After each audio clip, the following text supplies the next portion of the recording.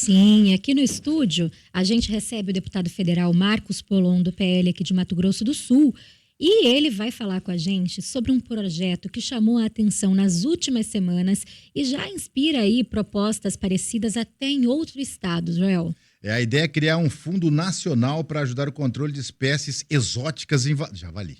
De espécies exóticas invasoras. Entre elas está um velho e cada vez maior problema do campo brasileiro, o javali. Eu disse, não vale nada, mas javali. A proposta prevê, inclusive, o pagamento de uma recompensa que pode chegar a R$ 100 por animal abatido, mas a ideia levanta aí algumas perguntas. Joel Silva questionou quem pagaria essa conta, como comprovar cada abate, existe o risco de transformar o controle de uma espécie invasora numa atividade econômica e por que o poder público deve pagar pelo abate de um animal que já pode ser legalmente controlado. Bom, dito isso, bom dia, deputado. Seja muito bem-vindo aqui no nosso estúdio. Acho que o primeiro questionamento já está até aberto com o Joel aí, uau. né? Polon que não corre da briga, né, Polon? Vamos lá, não. Bom dia mesmo. Bom dia, pessoal da Antena 1, bom dia, Joel, bom dia, Stephanie, bom dia, nosso amigo... Abner. E mandar um abraço aí pro Beto Figueiró, sempre um amigo nosso aí que abriu espaço. Parabéns pela rádio, tá muito bonito. Bom dia aos nossos ouvintes. E vamos no cerne da questão, né? O que me trouxe grana, até aqui. O bolso da onde vem o dinheiro? A característica principal do político de direita não é escrever direito de papel. Você tem direito a tudo, só que não se fala de onde vem. Então, essa é uma preocupação que eu tenho em todas as pautas que eu trabalho, inclusive na de PCD, que eu sou muito atuante. E a preocupação que a gente teve foi justamente isso, criar um fundo e dizer de onde vem o dinheiro.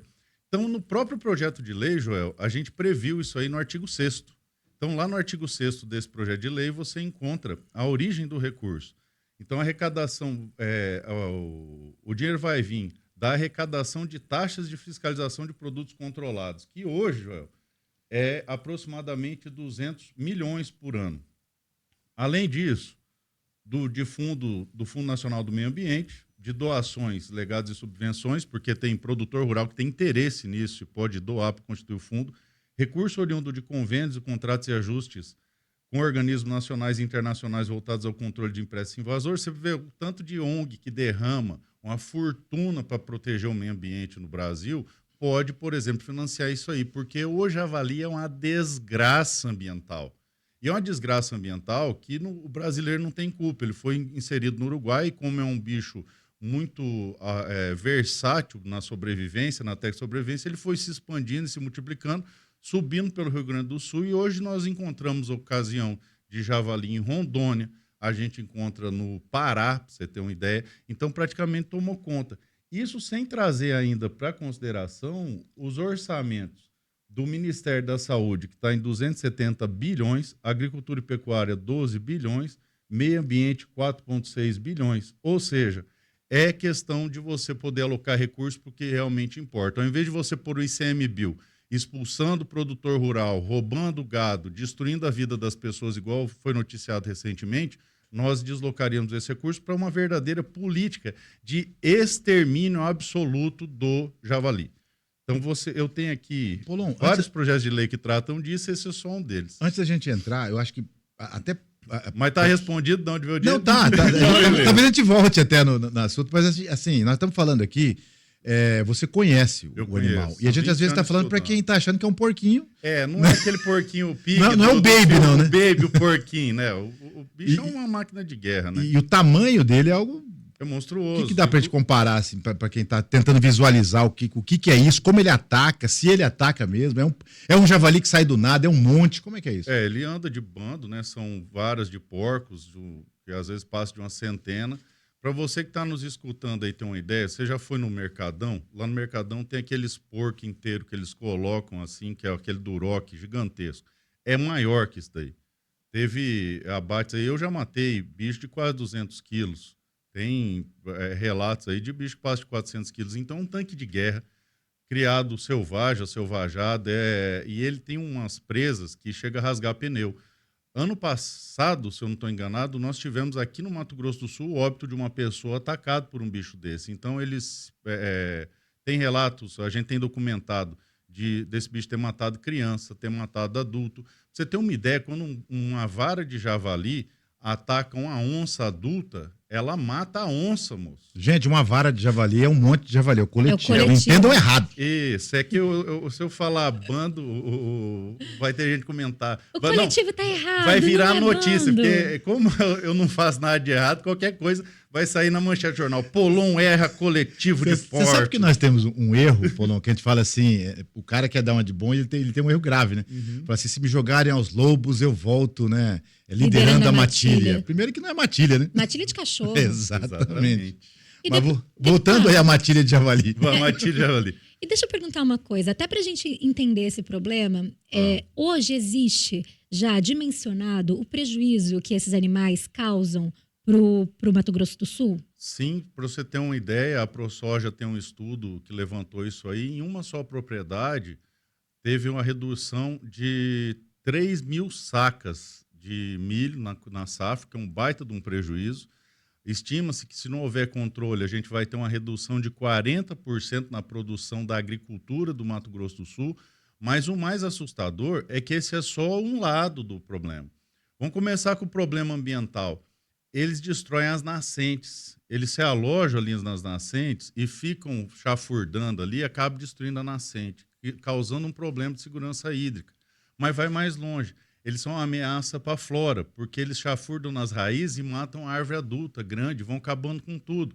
E existe também um problema para a fauna. Todos os passarinhos, as aves de nidação terrestre, o que é isso? Que ele faz ninho no chão, igual quero-quero. Eles dizimam tudo isso aí e acabam destruindo, matando toda a espécie que faz ninho no chão ou com ninho no alcance deles. Mas fica ainda pior, porque eles predam mamíferos, eles comem o filhote das outras espécies e, como a gente já falou, está documentado até matar a onça adulta. Isso só o problema ambiental. A gente aí desloca para o problema econômico. Que é o quê?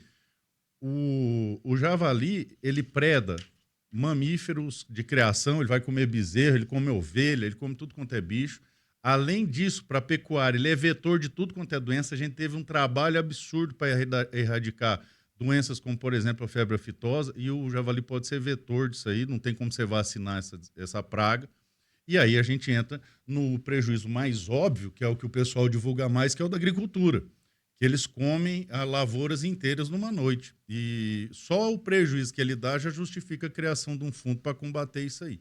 Ô, Polon, você explicou rapidamente, mas como é que esse bicho veio parar aqui, né? E outra coisa, eu vou emendar aqui a pergunta. Manda bala. Que nós tivemos, eu estava vendo aqui, e confesso que não vi inteiro a mulher falando que tinha uma determinada cidade, ou país, ou localidade, que tinha muita cobra, né? O pessoal falou, vamos matar... Foi na Índia. Vamos dar de matar cobra. O que aconteceu? Todo mundo começou a criar cobra. Isso. Não vai acontecer todo mundo começar a criar javali também? Boa pergunta, excelente pergunta. E no Rio de Janeiro foi feito isso, salvo engano, no final da época do Império, no começo da República, com ratos. Quem entregasse ratos era remunerado. E não. Primeiro, ele veio do Uruguai, ele foi inserido no Uruguai para que as famílias que gostavam de caçar pudessem caçar. Mas isso lá na época do Império, mais ou menos, bem mais para trás. E aí, eles foram se desenvolvendo, se reproduzindo de forma assustadora, entraram no Brasil pelo Rio Grande do Sul e foram tomando conta, subindo. Hoje está lá até na beira do Amazonas. Agora, em relação ao negócio da cobra, que você Exatamente. perguntou, foi feito na Índia uma política para diminuir a incidência de cobras, serpentes. Então, quem entregasse cobra recebia uma recompensa. No Rio de Janeiro, fizeram com rato. Aí, quando encerraram o programa, soltaram aquela rataiada, aquela cobraiada. O nome técnico disso daí é externalidade negativa. Ou seja, você não remunera uma externalidade negativa. Só que no caso do javali, eu, por estudar isso aí já há bastante tempo, eu pensei nessa variável. Um javali é muito mais difícil de criar do que um porco. Ele é muito mais complexo e agressivo do que um porco doméstico. É proibido criar javali. E aí você vai pegar R$100. Procura no ChatGPT o preço de um porco gordo bem criado. Dá muito mais que isso, então não compensa. Na verdade, essa recompensa seria para criar uma cultura de incentivo à exterminação total do javali. E, principalmente, no próprio projeto a gente prevê o encaminhamento dessas carcaças para centros de processamento, onde vai ser inspecionado, e se a carne estiver boa, estando boa, você, além de fazer as pesquisas necessárias para ver o avanço disso aí, você pode utilizar essa carne como é feito nos Estados Unidos, por exemplo, lá a carne da caça, ela pode ser comercializada. E veja que a gente dá prioridade para utilizar essa carne para creches, escolas ou pessoas carentes. E é uma carne muito boa, viu? A gente que caça tem o costume de fazer o churrasco do javali, como você falou, ou então fazer no tacho, igual faz o porco. É uma carne muito saborosa e muito saudável, inclusive. Mas já não tem essa coisa do controle do javali já ser aprovado? Já pode fazer isso? Então, é aquele jeito como tudo no Brasil, né? Que o cidadão de bem pode, mas não consegue, porque existe uma barreira burocrática absurda.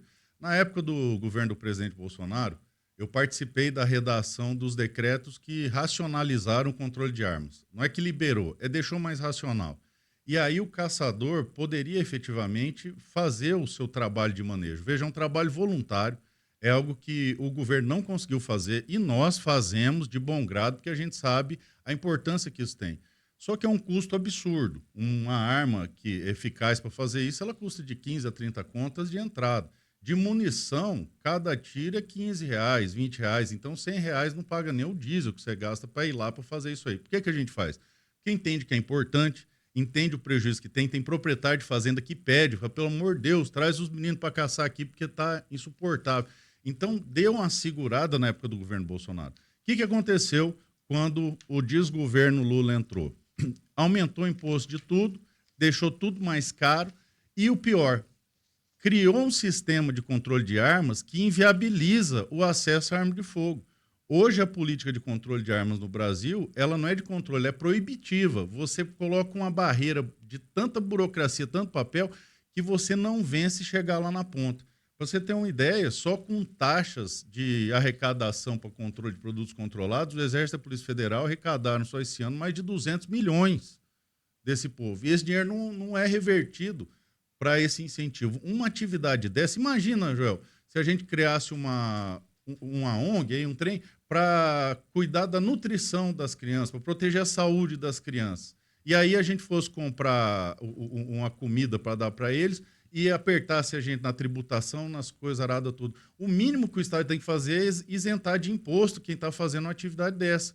O mesmo se aplica a todas as áreas que você está fazendo uma atividade filantrópica que faz bem para a sociedade. Já que o Estado não está conseguindo atender aquilo ali, ele pelo menos que não tribute para você ter condições de fazer isso e diminua a barreira burocrática para você chegar lá. Porque hoje tem caçador aqui no Mato Grosso do Sul e no Brasil sendo preso com tudo regular, simplesmente por conta de uma política de perseguição desse desgoverno que, se Deus quiser, esse ano acaba.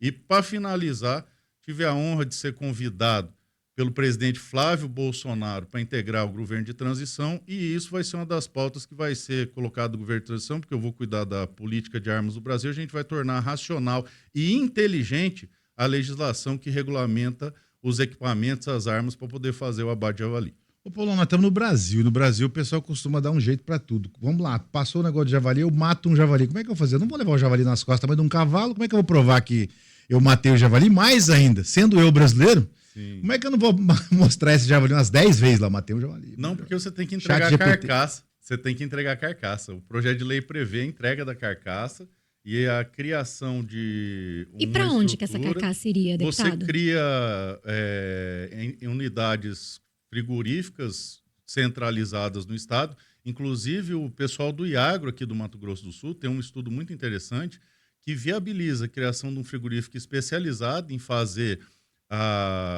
o processamento dessa carne, tanto a pesquisa quanto ver o que dá para usar, o que não dá, e centros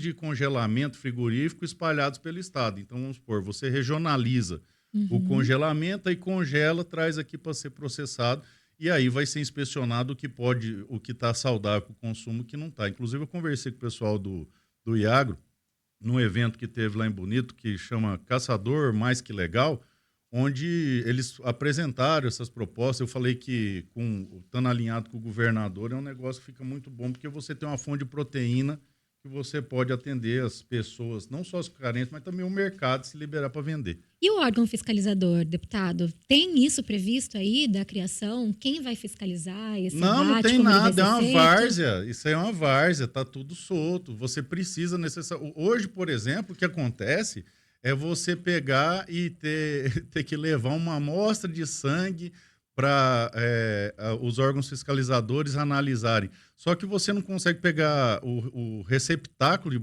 você botar essa amostra porque não tem. Quando você consegue pegar, não tem quem recebe. Enfim, está tudo completamente largado das traças. As pessoas, por não entenderem a gravidade que o javali representa para o Brasil, não pressionam seus representantes, não pressionam os políticos, não pressionam as entidades, porque acham que o troço está acontecendo lá no campo, então deixa o pau cantar. Só que quando as pessoas se atentarem para isso, pode ser tarde demais. O meu apelo, eu trouxe aqui mais de uma dezena de projetos de lei só a respeito da erradicação do javali. Tá aqui, eu não vou ler um por um, porque é uma cacetada, mas não existe uma política pública de extermínio da praga. E a minha proposta é justamente essa, é você organizar os órgãos de fiscalização, organizar os órgãos de controle, organizar a parte da munição, da arma, para você poder racionalizar essa extinção, como acontece nos países sérios. E o senhor não acredita que essa recompensa pelo abate não vai criar e incentivar a gente criar um segundo mercado ou então fazer com que essas... seja, né, na verdade, uma busca desenfreada, assim. Quero a recompensa, vou bater 100 javali numa Mas que semana. abata 200, que abata 300, que não deixe pisar sobre a terra. Essa é a diferença. Não é uma caça esportiva, gente, é caça de extermínio, isso aí é praga. É igual rato, barata, tem que matar tudo que tem, o quanto mais melhor. Agora eu entendo sua preocupação, foi o que o João perguntou. Será que o povo não vai começar a criar isso aí para poder ter mais javali? Então, como eu disse para o Joel, o nome desse trem aí é exterioridade negativa. Por que não acontece? Porque um porco doméstico, ele custa mais que R$100 ele criado. Então não compensa eu pegar um bicho selvagem, criar ele para receber menos do que um porco doméstico gera. De volta agora sim no nosso podcast. A gente estava no ar na rádio, né? E agora a gente volta no podcast conversando com o deputado Marcos Polon a respeito do javali. Rapaz, a gente começou a conversar, entender de onde vai sair o dinheiro, porque eu falei no meu corte lá, falei, é o seguinte, esse pessoal arruma aí lei e não sabe de onde vai sair o dinheiro, quem é que paga, o povo vai pagar para matar javali, o povo nem conhece javali. E aí o deputado Marcos Polon já explicou na rádio e agora, né, no nosso podcast também, né, Stephanie? Sim, a gente está chegando Você já aqui... quer matar javali também, não? Eu não, na É verdade eu acho que eu não tenho coragem, né? Acho que o único bicho que a gente matava lá no sítio era galinha. Tadinha da galinha, Só. não faz mal pra ninguém. Quem tem coragem de matar uma galinha, mata um. Mata qualquer trem. Mas eu não vou discutir com a minha avó paraguaia que tinha um galinheiro e cozinhava as galinhas dela. Ô, Polon, e a crueldade de matar uma galinha com o pescoço destroncado? Tadinha, a galinha ela vem comer na sua mão, e do javali ele vem pra matar você. Mas só pra completar aqui, já ela perguntou dos critérios para fazer o pagamento, a gente também previu isso na lei, tá no artigo 5º. A gente traz das questões da inspeção individual de cada lote, a inspeção e liberação sanitária por ordem de vigilância sanitária, também previmos o acondicionamento, transporte, armazenamento. Então, esse aqui foi só na verdade, a ideia é criar uma política pública de erradicação dessa praga. E a gente cria esse fundo, junto com ele, não é só, se você olhar, a recompensa ele é só a cereja do bolo.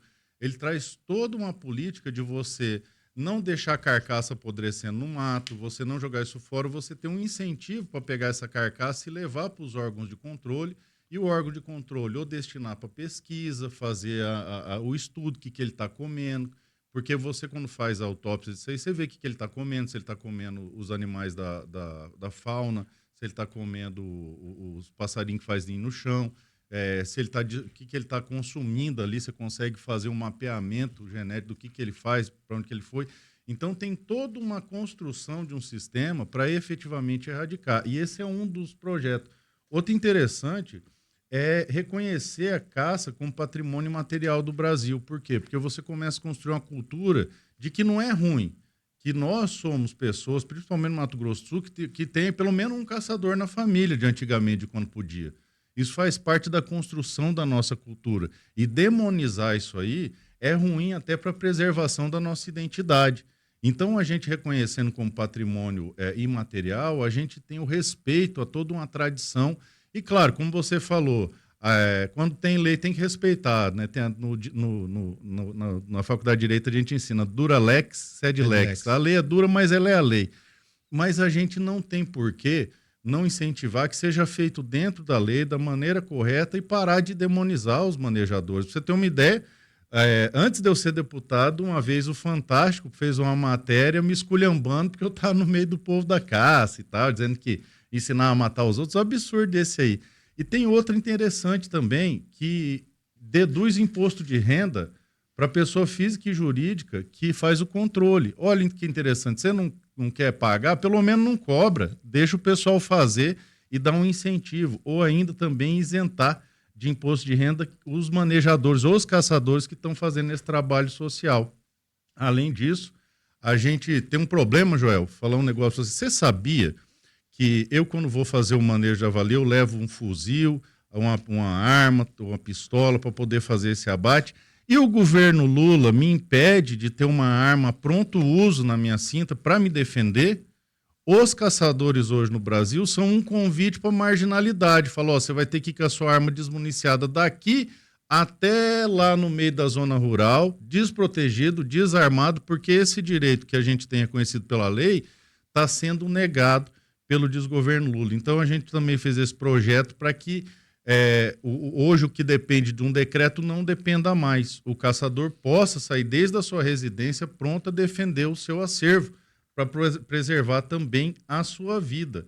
A gente fez também uma que estabelece as regras em legislação para esse controle, que hoje é por decreto, por isso que vira essa bagunça. Para você ter uma ideia, Stephanie, quando começou o desgoverno Lula, eles barraram o manejo, a caça de javali por 6 meses, trancando uma guia do IBAMA, do CIMAF. Isso aí graças a uma intervenção da CNA junto com a FPA, que é a Frente Parlamentar da Agropecuária, com a CNA, que é do pessoal da FamaSul, também ajudou bastante. A gente conseguiu reestabelecer junto ao Ministério do Meio Ambiente o manejo. Também a gente traz, essa aqui é boa, essa aqui você vai gostar. Diz aí. Traz a obrigatoriedade de incluir em conteúdos programáticos nas escolas sobre o controle da fauna exótica nas disciplinas de educação ambiental no ensino fundamental e médio. Então, toda essa ignorância que a gente vê das pessoas da cidade não ter a menor noção do tamanho do pepino que é o javali, da desgraça que ele causa, se a gente incluir isso no conteúdo programático, fica mais fácil das pessoas entenderem que a gente está com uma tragédia anunciada no campo, que inclusive já matou pessoas e vem matando. A gente também trouxe a possibilidade de criar a profissão do guia de caça e autorizar o Poder Executivo a instituir todo um programa nacional de controle da fauna exótica invasora. Esses são só alguns dos projetos que a gente escreveu. Infelizmente, Joel, pela minha inexperiência, eu fiz um mandato mais de produção legislativa mesmo, de gabinete, porque eu sou advogado, professor de direito, então eu pegava e escrevi, não andava muito. Eu quero mas esse aí é alguns exemplos. Eu quero entrar justamente nessa questão aí do quem era o Polon antes do mandato, pelo seguinte, muita gente em Mato Grosso do Sul, né, que não é de direita, pode simpatizar com o Polon se conhecê-lo de antes. E aí já quero emendar a seguinte pergunta. No método americano, vamos dizer assim, de legislação, de eleição, nós temos aí a figura do cara que faz lobby para alguma coisa legalmente. Isso. E aí ele tem o crachá de lobby, vai lá, faz o negócio, tem o deputado das armas e tudo mais. Aqui no Brasil tem um negócio que não pode ter e aí tem que fazer tudo escondido. E aí que tem, né? Tem tudo errado. E aí faz tudo escondido. E aí eu queria que você falasse um pouco disso, né? De quem era o Polon antes, de como que você se inseriu no contexto e se você, é candidato à reeleição, gostou do trem, né? Pois é, o que acontece? Para transformar um caos longo numa história curta, porque senão a gente vai uns 30 minutos só explicando isso aí. Eu sempre fui apaixonado por direito e quando entrei na faculdade de direito eu vi que o que constrói a civilização são os direitos fundamentais de primeira geração, do artigo 5º, que é aquilo que o seu direito à vida, à liberdade, é o que limita o Estado. Falou, Estado, você manda até aqui, porque a Constituição ela foi inventada, para você que está nos ouvindo, para parar o Estado. Falou, vocês podem muito, mas não pode tudo. Esse pedaço, esse quadradinho aqui é o do indivíduo. E isso, eu me apaixonei por isso. E vendo essa realidade, eu entendi que de todos os direitos fundamentais, que aquele direito do indivíduo, o que é mais esculhambado no Brasil, o que é mais desrespeitado no Brasil, é justamente o direito à legítima defesa. E não existe direito à legítima defesa se eu não tenho o objeto para realizar. E não existe direito à vida se eu não tenho direito à legítima defesa. Entendeu a gravidade? Então, quando eu pego o direito mais marginalizado e elevo ele, de arrasto eu trago todos os direitos fundamentais. Por isso eu trabalho. E eu fui despertar isso aí na faculdade, formei em 2003, em 2005 teve o referendo para saber se ia ter arma ou não no Brasil. Aliás, mais confuso que eu já vi, né? Você não sabia se estava falando não, se estava falando sim. Quem queria sim tinha que votar não. Isso aí foi de propósito. Isso aí foi feito para confundir as pessoas. E ainda assim, sem dinheiro, sem a máquina, sem todo o aparato, nós fizemos mais de 60% dos votos a favor de arma, que nunca foi respeitado até hoje. Então é do anseio do brasileiro poder, se quiser, comprar um equipamento para defender a sua vida, a vida da sua família e o seu patrimônio. Eu trabalho nisso aí desde 2005. E aí, por conta desse trabalho, as pessoas reconhecendo esse trabalho acabaram votando na gente. Só que, por conta eu me tornei deputado, porque tinha o risco do Lula confiscar tudo. Ele falou na campanha e na pré-campanha que fazer isso. Com esse medo aí, a convite do Eduardo Bolsonaro, eu me coloquei como candidato a deputado, tive a felicidade de ganhar. E, principalmente, Joel, tive a felicidade de impedir o confisco, que aconteceria dia 1º de janeiro de 2023, se eu não fosse deputado na época. Ô, Polão, mas assim, ó, eu sou favorável ao cara ter arma em casa. Eu acho que tem que ter. O cara pulou o muro da minha casa e ele sai deitado, não tem jeito. Agora, o problema é andar com isso, né? Se o cara me der uma fechada no trânsito, pode ser que eu tenha um problema grave. E é uma questão cultural nossa, talvez, não saber usar essa arma por aí. Né? Como é que você vê isso? Que explicação que dá para isso? Ô, João, eu acho que primeiro a gente tem que tirar o preconceito em relação à arma de fogo. As pessoas tratam demonizando, igual... Eu nem tenho preconceito, até quero, mas não vai dar certo. Exatamente. Porque existe uma demonização, todos os meios de comunicação, de cultura, tratam a arma como se fosse algo do criminoso. E isso está errado. Porque o criminoso, a legislação, o grande problema do Brasil, e por isso que a gente vai trabalhar com a alteração de toda a política de controle de armas do Brasil, é o seguinte, ela foi feita de um jeito voltado para coibir o cidadão de bem. Na época, o ministro da Justiça, Márcio Tomás Bastos, falou, o Estatuto, presta atenção nessa frase, olha o peso dela, o Estatuto do Desarmamento não pretende tirar arma de bandido. Ele pretende regular aquele conflito eventual, esse acidente aí que você falou. Agora, olha, nós temos no Brasil cenário de guerra. Teve ano que foram assassinados mais de 60 mil pessoas no ano. E cria uma legislação, moço, para coibir o cidadão que cumpre a lei. Pelo amor de Deus, está errado. Nós temos que criar um desarmamento do bandido e uma regulamentação do cidadão que cumpre a lei. Esse é o primeiro ponto. Mudar o sentido da coisa. E eles falaram isso abertamente, eu não entendo como é que passou. Agora, em relação à questão do porte de arma. Por isso que é importante ter critérios objetivos para saber quem vai portar e quem não vai. Se você pegar estudos e análises que foram feitas nos Estados Unidos, onde pode portar ostensivamente, e vamos pegar aqui Dourados, na época antes de ser proibido. Eu lembro que eu sou natural de Dourados, lá todo mundo andava armado e ninguém saía se atirando na rua, porque quando todo mundo está armado, meu amigo, você fica bem menos brabo. Mas não tem cara brabo aí? Até tinha, mas os que tinha já foram, entendeu? Então, isso equaliza. O errado é como é hoje, que você tem a certeza que ninguém está armado. E aí, quando você está armado, você acha que você está um degrau acima dos outros. E isso está errado. A ideia, justamente, do porte de arma é permitir para aquelas pessoas que cumprem a lei, aquelas pessoas que estão plenamente capacitadas, aquelas pessoas que estão em condições de poder se defender, só isso. Vou fazer o advogado do diabo. Por favor. Polon, como é que eu, né, ganhando R$4.500 por mês, vou comprar uma .40, que é o meu sonho de consumo, por exemplo? Aí, Joel, você entra num outro projeto de lei que eu fiz. Não me vem com bolsa pistola que não vai dar certo. Não, meu amigo, você entra num projeto de lei que eu fiz que é maravilhoso. O governo rouba de você, meu amigo, um dinheiro chamado FGTS. Ele fala que ele está depositando para te devolver, só que isso é mentira, ele está te roubando, esse dinheiro é seu. E aí ele fica lá preso, que você só pode tirar em ocasiões muito específicas. E detalhe, rende menos que a inflação, e rende menos que a poupança. O dinheiro está lá parado e está perdendo valor. Eu fiz um projeto que, para aquisição do seu primeiro equipamento de defesa, sua primeira arma, você pode ter a isenção de imposto, que vai cair para 1/3, 1/4 do valor, porque hoje no Brasil funciona assim, Stephanie. Tudo que você compra é um para você, um para o governo. Praticamente metade de tudo que você compra é imposto. E se for algo um pouco mais delicado, como, por exemplo, celular é muito delicado. Para cada um que você compra no Brasil, você compra 2 pro Lula. O Brasil é um país tão absurdo de tributação que até um mendigo paga tributo. E quando ele vai comprar um corotinho de pinga, ele paga o dele mais 3 pro Lula.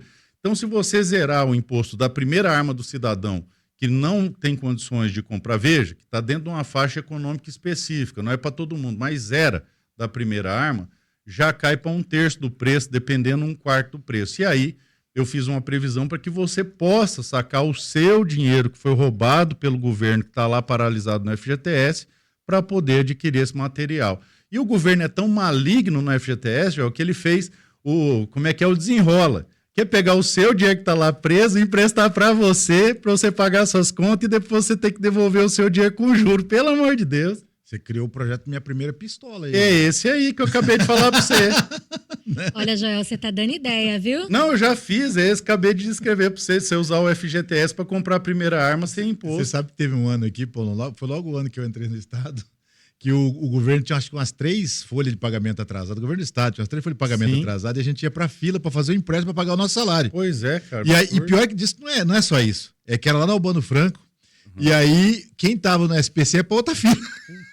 Então, o que esse país já aprontou com a gente. Por isso, você percebe, todos os meus projetos de lei, eles partem do seguinte pressuposto. Da onde que vai vir o dinheiro? Como é que economicamente isso é sustentável? Então, se você ler aquele meu projeto do Javali, você vai ver que está tudo mapeadinho, de onde que vai vir o dinheiro, como é que usa, para que vai. Aí, quando você vai dar um incentivo, um benefício, por exemplo, como para a mulher poder se defender, da onde que eu tiro? Tributação, vamos cortar tributo, a tributação no Brasil é insana. Então, ele está sempre prevendo, todos os meus projetos, eles preveem da onde vem a fonte, da onde que vai tirar o recurso e sempre culmina assim, bom, então não tem de onde tirar recurso, então vamos diminuir o imposto, já que o Estado não permite que você possa se defender, tenha segurança, já que a gente vive num dos países mais perigosos do mundo, então pelo menos não cobre imposto no equipamento que é para eu me defender. É a mesma coisa do governo começar a pôr fogo em tudo e aumentar o tributo do extintor, que tem tributo também, para que você saiba, o extintor que você tem que pôr no carro, você paga imposto também. Então a lógica dos meus projetos, Joel, é sempre isso. Então por que eu busco no FGTS? Porque não tinha nem que existir, isso aí é um dinheiro roubado seu. As pessoas, tem gente que fala, mas eu gosto de ter FGTS. Amigo, esse dinheiro é seu. Pegaram o dinheiro que era para dar para você, tomaram de você e botaram numa conta que rende menos que a poupança. Se fizer na iniciativa privada, uma previdência privada, você está muito... Meu amigo, com certeza. Você entendeu? Então as pessoas têm que começar a chamar a coisa pelo nome. Se eu falar, Polon, assim, mas com esse aumento de feminicídio, essas armas em casa, não vai ficar pior? Você vai dizer para mim que a mulher vai falar, vem aqui, né? Agora eu também tenho. É aquela história. O que você prefere? Um papel na bolsa ou uma Glock? Eu vou te dar um exemplo, cara, que é muito triste e me comoveu muito. Nós tivemos aqui em Campo Grande, algum tempo atrás, acho que 1 ano ou 2 atrás, 2 mocinhas que saíram de uma academia, aqui na região central, foram abordadas, chegando no carro, por como que fala, pessoa em situação de rua, é o jeito certo de falar, por um cara que diz aí. E aí ele, com uma lâmina, rendeu as duas, colocou as duas no carro, de dia, levou pro ermo e violentou as duas.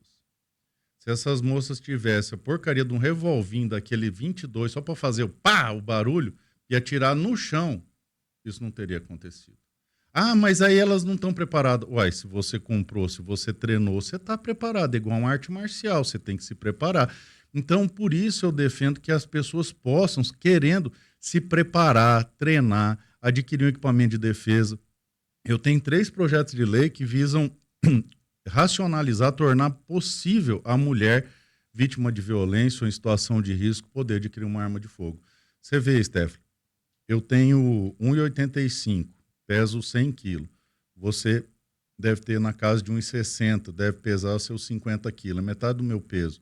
Nem se você for faixa preta de qualquer arte marcial do mundo, você não consegue me neutralizar só com a mão. Por isso é importante o armamento, ele é um equalizador de forças.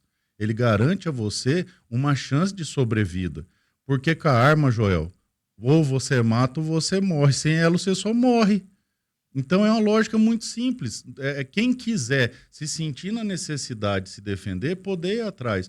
Eu hoje de manhã, Joel, vi um Reels de uma moça chorando, desesperada, com uma faca de cozinha na mão na janela. Eu estou chamando a polícia não vem, estão tentando entrar na minha casa e tal, e não sei o quê. E aquele desespero, ela com um bebezinho chorando.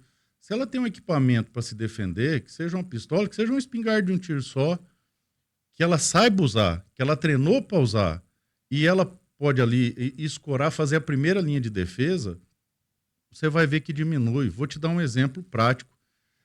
Sempre as ondas de homicídio no Brasil, desde o Estatuto de Desarmamento, só aumentaram. Quando o presidente Bolsonaro tornou mais racional o acesso à arma de fogo, Stefano, houve uma despenca de homicídio no Brasil, caiu para mais de 30%, nunca tinha observado uma queda dessa. Invasão de casa praticamente zerou, porque com aquela história de, o povo tem arma. Ué, você é nascido onde? Aqui da ONU. Então, daqui da ONU eu sou douradense. Vê se você lembra, na nossa época de guri, gente entrando na casa dos outros. Não entrava, rapaz, porque existia a ideia de que todo mundo ali tinha pelo menos 38 pelo menos pegardinho de pressão. Exatamente. Agora fica fácil, eles vão onde é mais fácil. A arma, ela cria um fenômeno psicológico na cabeça do bandido que chama dissuasão racional. Que quer dizer simplesmente o seguinte, ali a boca é quente, eu não vou. Eles vão procurando sempre o mais fácil, Joel. Por isso que a gente advoga o direito de quem se preparar, quem quiser ter uma chance de se defender, possa fazer isso de forma lícita. Stephanie Brits. Para quem está acompanhando a gente, não tenho. Gostaria de ter, não? Olha eu te colocando se eu gostaria de ter? Eu não sei. Eu acredito que a gente precisa realmente, como o deputado falou, de uma regra reguladora que seja também eficiente. Porque a gente também vê muitos casos de tragédia. Por exemplo, quando eu estava na faculdade de jornalismo, e eu era produtora numa TV, a gente acompanhou o caso do Rogerinho, que foi uma tragédia de um menino pequeno no trânsito. E foi uma briga de trânsito, né? Foi. O pai, o tio e o avô, ele estava dentro do carro, eles estavam passeando. Aí deu uma fechada, desceu o cidadão lá que estava armado, alvejou o carro, né? Numa situação que nem o senhor falou, de me sinto numa posição de superioridade porque eu tenho uma arma. E ele alvejou uma caminhonete. E dentro dessa caminhonete tinha uma criança. Então, a gente não é só pior sobre que o cara a questão era um cara dono de um jornal, entendeu? Não, você vê como é que a legislação... Trabalho com o filho dele hoje. Mas você vê como a legislação está errada? É justamente essa crítica que eu fiz. Como ninguém tem, quem tem se acha superior aos outros faz uma cagada desse tamanho. E aí, o mais absurdo é o seguinte, tá? Ele não tinha porte. Ele não poderia tacar arma naquele local ali. Isso está errado. Para você ter o direito ao porte de arma, você tem que passar por um outro processo. Então, veja, se houvesse uma possibilidade de todas as pessoas terem o direito, não estou falando todo mundo andar armado, é ter o direito, cria um negócio que chama efeito auréola, onde a pessoa que está armada assegura a segurança de todos que estão ao redor. E eu vou te dar um exemplo, Stephanie. Nos Estados Unidos, você consegue visualizar alguém descendo do carro, sacando, engajando e atirando no outro carro? Não, porque o cara do lado de... Não, é simples, mas você não precisa ter referência, é bom senso. Numa sociedade onde qualquer pessoa pode, não estou dizendo que tá, mas pode ter acesso à arma de fogo, no trânsito, se alguém pega e pula do carro e põe uma arma, a chance do cara que está do lado simplesmente neutralizar ele é muito grande. Aí esse tipo de coisa não acontece. Do jeito que está hoje, gera margem para esse tipo de coisa. Só quem descumpre a lei que vai utilizar a arma desse jeito. E aí quem cumpre a lei não tem o direito. Porque, eu volto a dizer, o porte naquela situação era ilegal. A pessoa está numa situação fora da lei, não poderia estar armado. Ou seja, a legislação é feita para ajudar só quem está descumprindo a lei. Quem cumpre a lei acaba ficando vítima e refém. Pô, nós precisamos encerrar. Primeiro que você me convenceu no negócio de javali, agora já me convenceu de andar com a arma também. Então eu vou encerrar antes que você me convence de mais coisas. Eu quero convencer você de votar em mim, moço. Se o número é fácil, é 22. Mas isso de eu falar que eu ia levar uma fechada e tirar uma arma, agora eu vou pensar, mas se o cara tiver também... vai que não existe peteco não, meu querido. Não é isso, aquela história. Tomar tiro é muito desagradável. A sua produção está tentando que você tenha um compromisso, inclusive, mas a gente já conversou fora do ar aqui, Stefano, conversei com o Paulão aqui, nós vamos preparar uns outros podcasts. É isso, eu estou sempre à disposição. Para falar mais, quero agradecer a sua disponibilidade, a intenção realmente, quando eu fiz o questionamento, é o questionamento que a sociedade nos faz, e você prontamente, né, se colocou à disposição para responder. Acho que o papel da imprensa é esse, do parlamentar é esse. Joel, eu fico feliz, principalmente porque você é um homem sempre que eu admirei pela coragem. É difícil jornalista que me chama, viu? Porque é o seguinte, tem muito político que bota assessoria da ANAP fazer projeto de lei e não lê. E os meus, o que não foi eu que escrevi, fui eu que orientei, revisei, revi e propus. Falei, fulano, escreve isso. Aí eu mando, não é isso que eu quero, não é isso que eu quero. Por isso que eu tenho a certeza que sempre quando vem dando origem de recurso, o que vai fazer, como é que vai fazer. Igual esses dias eu vi um colega parlamentar anunciando que fez um projeto de lei para prever que o advogado do policial que se envolva numa ocorrência seja custeado pelo Estado. Aí, esse é só um projeto de lei que eu fiz no meu primeiro ano de mandato, e o pessoal está fazendo agora. Tenho certeza que se você apertar, ele não sabe por quê, para que serve, de onde que vem o dinheiro. Agora, eu trato disso desde 2015, 2016, quando eu era conselheiro da OAB, que eu falava, olha, o policial é longa-manos do Estado, mesmo que ele não está de serviço, ele interfere na ocorrência por causa da função, então não faz sentido ele pagar o próprio advogado. Então a função da imprensa é isso mesmo, você chamar o político e falar, campeão, isso aí você fez para ganhar Ibope ou você sabe o que você está falando? E aperta. E eu agradeço a oportunidade, porque, como eu sempre disse, todas as vezes que sou entrevistado, para perguntar o que quiser. Só dá tempo para eu responder, porque o trem é complicado. É que aqui no Mato Grosso do Sul tem uns que falam assim pro cara, ó, não contrata aquele geola não, que ele fica perguntando as coisas. E tem uns que não falam comigo até hoje, né? E acho que eu não sei quem que é, mas tá tudo valendo. Ah, meu amigo, eu admiro e respeito quem tem a sua posição e, para falar a verdade, até gosto que pergunto, porque eu não tô no parlamento para fazer graça nem para passear. Eu sei o que eu tô fazendo, estudei mais de 20 anos para fazer isso e quero construir um Brasil melhor, mais seguro e mais justo, principalmente com a gente que está aqui na ponta da corda só tomando o estralo do chicote do lombo. A gente tem que mudar essa realidade. Bora, Stephanie Brits. Bora, eu agradeço aí a sua participação, deputado, e obrigada, né, por aceitar o nosso convite, por vir aqui conversar. Eu acho que o nosso papel, né, Joel, como jornalista, como imprensa, é sempre ouvir os dois lados, provocar a discussão, para que quem está ouvindo, para as pessoas, para a população em geral, que possa ter a sua mente aberta para discussão e tomar suas próprias decisões. O difícil vai ser trazer o javali para escutar ele. Nesse caso não vai dar para ver as duas partes. Nesse caso não dá. Gente, obrigada pela audiência. Para você que está acompanhando aí, acompanhou a gente no rádio, continua no YouTube. Aproveita, se inscreve no canal, ativa o sininho para não perder nenhum episódio, porque você nunca sabe quando a gente vai ter um episódio novo de podcast. Obrigada e até a próxima amanhã. Para quem estiver sintonizado na rádio, às 7 da manhã a gente começa o 96 News. Tchau, tchau, tchau. Tchau, obrigado.